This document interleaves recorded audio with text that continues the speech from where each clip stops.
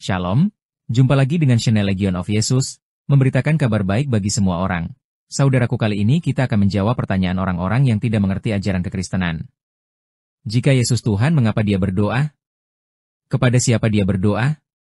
Ini menjadi pertanyaan sekaligus perdebatan yang panjang. Banyak dari kita sebagai Kristen pun tidak bisa dengan mudah menjawab persoalan ini. Berikut akan kami sajikan jawaban yang mudah.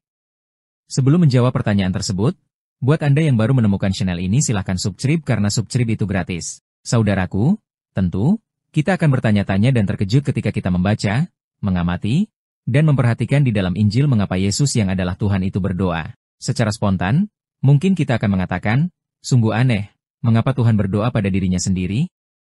Seolah-olah tindakan dia berdoa ini memberi pernyataan, bahwa dia itu bukan Tuhan, sehingga kita menjadi ragu akan kebenaran dia, yang adalah Allah yang layak disembah dengan mempertanyakan, apakah mungkin dia itu Tuhan kalau dia itu berdoa?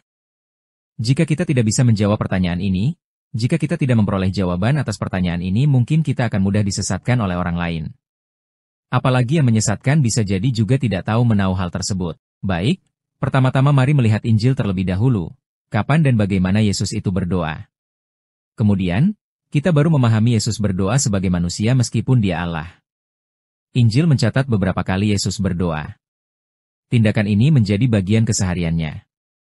Bisa dikatakan, kebiasaan pagi dan malam, Yesus selalu berdoa.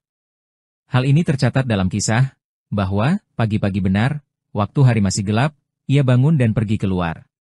Ia pergi ke tempat yang sunyi dan berdoa di sana. Markus 1 ayat 35, lihat juga Matius 14 ayat 23. Selain kegiatan harian itu, dia melakukan doa ketika pada situasi yang berat, terutama waktu ia hendak berhadapan dengan kematian dirinya. Dia pun pergi ke Taman Getsemani untuk berdoa kepada Bapaknya, "Ya Bapakku, jikalaulah Engkau mau, ambillah cawan ini daripadaku, tetapi bukanlah kehendakku, melainkan kehendak-Mu lah yang terjadi." Lukas 22 ayat 42. Catatan kisah dalam Injil tentang Yesus berdoa dapat dipahami dengan baik berdasarkan keyakinan iman Kristiani bahwa dia sungguh Allah dan sungguh manusia. Dia menyatakan dirinya dalam rupa manusia, 1 Timotius 3 ayat 6, sebagaimana yang disampaikan dalam Injil Yohanes, yang menjadi dasar iman kita, Yos 1 ayat 14. Firman itu telah menjadi manusia, dan diam di antara kita, dan kita telah melihat kemuliaannya, yaitu kemuliaan yang diberikan kepadanya sebagai anak tunggal Bapa, penuh kasih karunia dan kebenaran. Paulus pun menegaskan, Yesus adalah benar-benar manusia. Yesus mengosongkan dirinya, agar dia bisa merasakan hal yang sama dengan manusia, termasuk mengalami penderitaan, Filipi 2 ayat 7. Melainkan telah mengosongkan dirinya sendiri, dan mengambil rupa seorang hamba, dan menjadi sama dengan manusia. Agar Yesus merasakan apa yang dirasakan manusia seperti kita, tetapi dia tidak berdosa bahkan taat sampai mati. Yesus rela untuk merasakan kelemahan manusia, karena Yesus hendak membebaskan manusia, yang adalah saudara-saudaranya. Ibrani 2 ayat 10-11. Itulah sebabnya, dia berdoa pula demi dan untuk manusia meskipun dia adalah Allah. Ia berdoa kepada Bapaknya yang mengutusnya ke dunia karena relasi dirinya dan Bapa adalah satu. Yohanes 14 ayat 10. Dia tak terpisahkan dengan Allah Bapa meskipun dia adalah manusia. Berdoa bagi dia bukan sekadar menunjukkan bahwa dirinya berdoa kepada Bapa, tetapi dia sebagai manusia dan Allah, hendak mengajarkan kepada para murid, dan kepada kita semua yang ada di dunia ini bagaimana harusnya berdoa. Yesus mengajarkan doa, Bapa kami, ketika para murid berkata, "Tuhan, ajarilah kami berdoa." Lukas 11 ayat 1.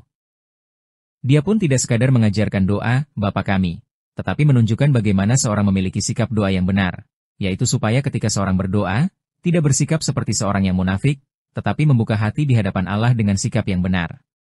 Yesus mengajarkan, agar orang berdoa dengan masuk dalam kamar, menutup pintu, dan berdoa kepada Bapa di tempat tersembunyi, Matius 6 ayat 6. Akhirnya, doa bagi Yesus adalah doa bagi semua orang yang percaya kepada Yesus supaya tetap bersatu. Karena itu, Yesus mendoakan para muridnya supaya terpelihara di dunia. Yohanes 17 ayat 1-19.